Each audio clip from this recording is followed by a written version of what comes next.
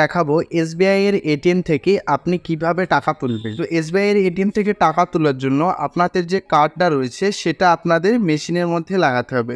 যখনই আপনারা এটিএম এর মধ্যে কার্ডটা লাগাবেন মনে রাখবেন যেন চিপটা সামনের দিকে থাকে। তো এইভাবে আমার যে কার্ডটা রয়েছে সেটা আমি লাগিয়ে দেবো। তারপরে আপনাদের সামনে ঠিক এরকম একটা লেখা চলে আসবে। তো যখন এই লেখাটা আসবে তখন আপনাদের কার্ডটা ভুলেও আপনি বার করবেন না। তো দেখতেই পাচ্ছেন এখানে ইওর ট্রানজাকশন প্রসেস রয়েছে, প্লিজ ওয়েট করার জন্য এখানে বলছে। তো আপনারা একটু ওয়েট করবেন।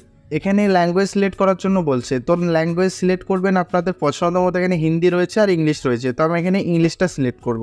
ইংলিশ সিলেক্ট করার পর এখানে ফার্স্ট ক্যাশ উইথড্রল এবং ক্যাশ উইথড্র ব্যাঙ্কিং পিন এইগুলো অপশন রয়েছে। তো এখানে আমি ক্যাশ টাকা তোলার জন্য ক্যাশ উইথড্রোর ওপর ক্লিক করব। তো এখানে লেখাই আছে 500 টাকার নিচে আপনি ক্যাশ উইথড্র করতে পারবেন না। তো এখানে আমি 9000 টাকা আমি এখানে বোতাম থেকে দিয়ে দেবো এবং উপরে ইয়েস বা নো রয়েছে, এখানে থেকে দিতে পারেন বা এখানে ইন্টারও দিতে পারেন। তো আমি এখানে ইয়েসে ক্লিক করব।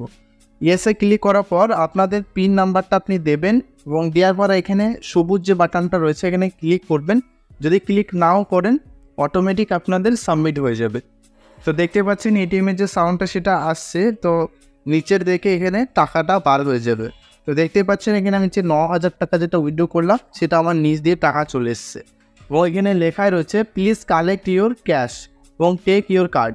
মানে টাকাটা আপনি নিয়ে নেবেন প্রথমত, তারপরে আপনি কি করবেন আপনার কার্ডটা টেনে বার করে নেবেন। অনেক সময় যদি বার না হয় কার্ডটা, সেক্ষেত্রে আপনি ক্যান্সেল বাটনে ক্লিক করবেন, তাহলে আপনাদের ট্রানজ্যাকশনটা এন্ড হয়ে যাবে এবং আপনাদের কার্ডটা বার হয়ে যাবে। এখানে যদি রেটিং দিতে চান তো রেটিংও আপনি দিতে পারেন। এখানে আমি এভারেজ 2 দিয়ে দিলাম এবং এখানে যে ট্রানজ্যাকশন যেটা রয়েছে এটা আপনি দিতেও পারেন নাও দিতে পারেন। মানে টাকাটা বার হওয়ার পর আপনাদের কোনো স্টেপ আপনার না করলেও হবে, ডাইরেক্ট আপনি ক্যান্সেলে ক্লিক করবেন। যখন আপনি টাকাটা পেয়ে যাবেন এবং এটিএম কার্ডটা পেয়ে যাবেন তারপর আপনি একবার ক্যান্সেল বাটনে ক্লিক করবেন।